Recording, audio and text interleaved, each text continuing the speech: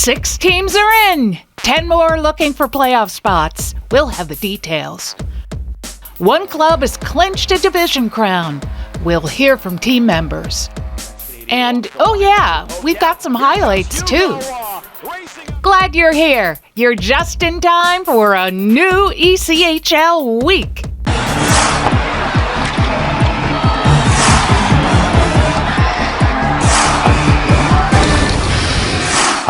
Hi, welcome to another edition of ECHL Week. I'm Barry Schickling. We've come down to the final 10 days of the regular season, so let's kick off today's show by checking out which teams have already qualified for the Kelly Cup playoffs. We already know 5 of the teams on the eastern half of the bracket. Reading and Newfoundland in the north, along with Florida, Atlanta, and Jacksonville in the south, have already made sure their schedules are clear for the final 2 weeks of April. 3 teams are incredibly close in an attempt to gain those last 2 North Division spots. And in the South, it's just as close, with Greenville and Orlando battling for 1 postseason chance. That means at this point, there are myriad possibilities about what the Kelly Cup playoffs first round matchups will look like. There's just as much uncertainty in the West. Heading into this weekend, no team in the Mountain Division is guaranteed a postseason spot. With just 10 days left in the regular season, 6 clubs are battling for the 4 spots. 3 invitations are left to be earned in the Central Division. With practically every game featuring intra-divisional matchups, expect some fierce competition down the home stretch. With just 2 weekends left in the regular season, only 1 team in the Western Conference has wrapped up a playoff spot, and in fact, Toledo has already clinched the Central Division regular season championship. It's the 5th time in its last 7 seasons that Toledo has captured a division crown. Let's hear from some Walleye team members. When you finish at the top or near the top, or you qualify for home ice within your division, there's that massive X on your back. There's that target, so to speak. Everyone claims that they're the underdogs as well, so you always have to battle that. But you know what? You want to be a team that isn't scared to lose, and I think that's the biggest thing. Is when you get to the playoffs, you can't be scared to make plays and make mistakes. Obviously, you don't want to make the big ones that go in the back of your net, but you've got to play an aggressive style, a confident style. I think I'm beyond ready for it. I mean, again, I've really only played half the season with the injury I dealt with, so it'll be fun. And last year, a little different talent pool. This year, we'll have a bit more games in terms of the series, so I think it'll be a lot of fun. I mean, from the past 2, I know they've had a couple runs, and then the COVID year kind of messed everything up, and I know it probably made everyone a little bit more hungry to win it this year. And you got the right guys in the locker room. It's a great team. Everyone loves playing for each other, and that's a big step in winning a championship. I've been on a couple of championship teams in the past, but never at this league, so I'm excited for the challenge ahead. I know everyone else is too. This is my 11th year pro, and I have to say, I think there's one team that I've been on that can compete with the closest of the guys on the ice, off the ice, and that was the year we went to the finals in the ECHL, and I think we have that team here.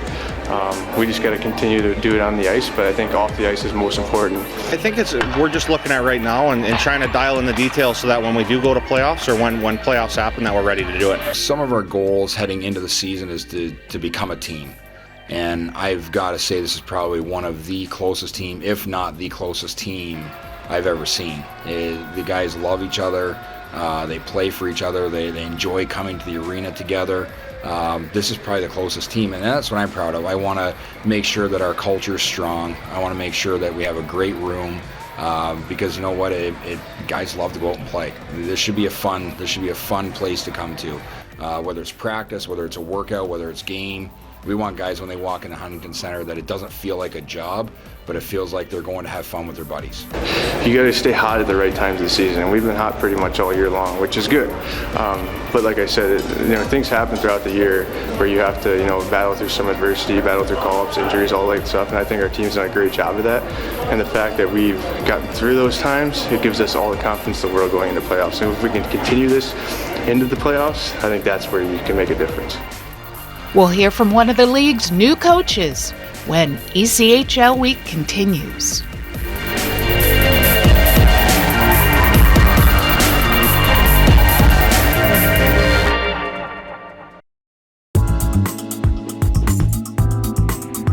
First-time buyers make up 35% of U.S. home sales. New buyers can benefit early by working with an experienced, trusted real estate advisor. In the Pacific Northwest, Will Springer is your trusted advisor for buyers and sellers. For a free consultation or to find a real estate agent in your area of the country, contact Will today.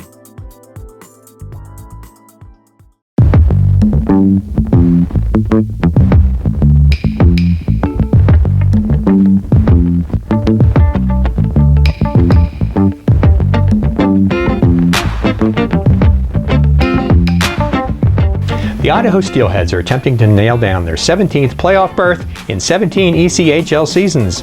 Let's hear what a few of the team members have to say about this point in their playoff run. Yeah, we kind of try in the last month here, kind of strive to be more playoff ready. We're trying to build our game around that, so when playoffs do come, it's not like you're switching a gear here, just an easy transition, and that's what we're trying to find right now. And we're right there. I think as we go, we'll be able to find that. Everyone's fighting for their lives right now, and that can get you in that playoff mode, a month before playoffs. You need to be playing your best hockey this time of year and heading into playoffs. You need to peak at the right time. So that's a good thing that our division is so tight that we're already playing playoff style games, 2-1, 0-0 in the third, it's good to get in those situations and get used to playing like that. There hasn't been a single game where we've quit. We've been down games and come back to get a point, or we've been up games and maybe had a little downturn mid-game, then rebounded. But it's a very resilient group, very mentally tough group, very committed group too, which is nice. They're all bought in, they all like each other. It's a very tight-knit team. They're willing to do whatever it takes to get the job done. One of the areas where Idaho ranks near the top of the ECHL is in fan support, and the players appreciate it. Our fans at home has been really good for us. It's the most fans we've had in a long time. So whenever we're at home, it's really easy to get up and play in front of a group, a crowd and city like that. So it's been really fun just anytime we're in Boise. We're super lucky with our fan support back in Idaho. It's such a fun building to play in, so much energy. They're always into the game. They're showing up on Wednesdays. We've had a Sunday game, they were there. So it makes such a difference. I've never really had that in my career, this much fan support. So every time I get to play in that rink, I enjoy it. And it's been amazing.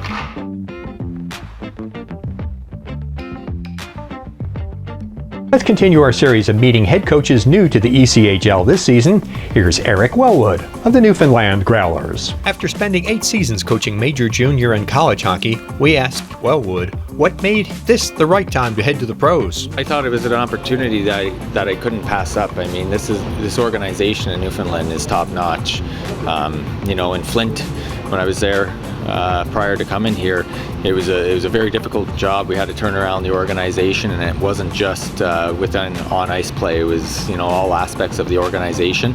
It was very, very difficult. Very happy I got to go through it.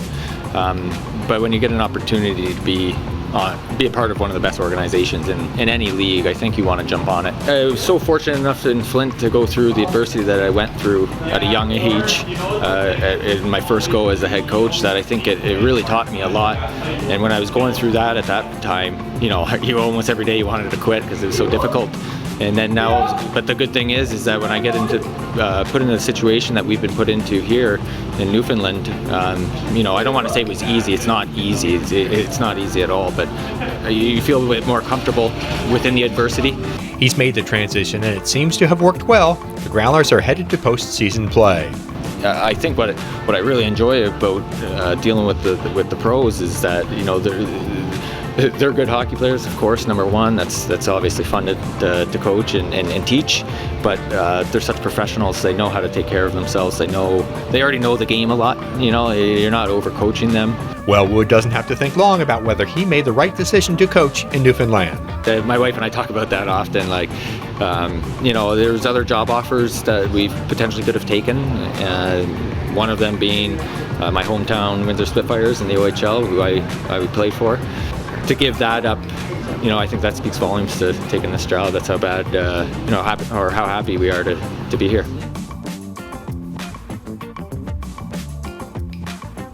It's highlight time.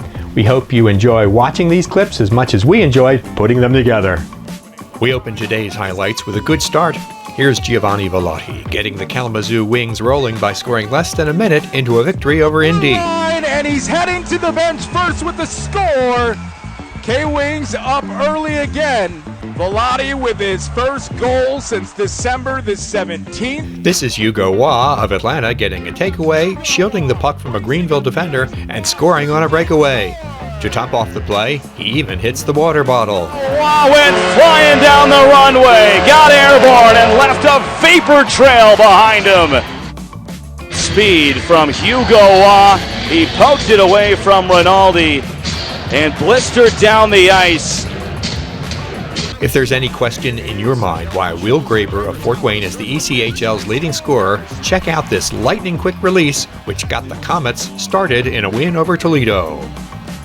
Watch Florida's Jake Jaremko use his soft hands to deposit the overtime game winner into the Orlando net. Jake Jaremko calls game. 3-2 your final.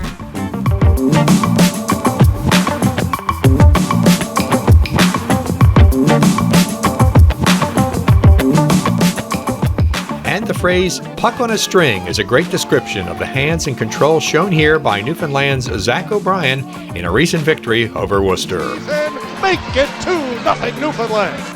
Wraps up another edition of ECHL Week. Thank you very much for watching. Make sure to follow us on all of our social media channels. You know what they are. It's the best way to keep up to date on everything that's going on throughout the ECHL. And this time of year, stuff is changing daily, sometimes hourly in the standings. You want to keep up to date on what's going on. See you next time. We leave you today with this season's dog parade in Wheeling. All shapes and sizes, there were hundreds of pooches who came out to brighten up between periods intermission. Isn't it great that dogs love hockey too?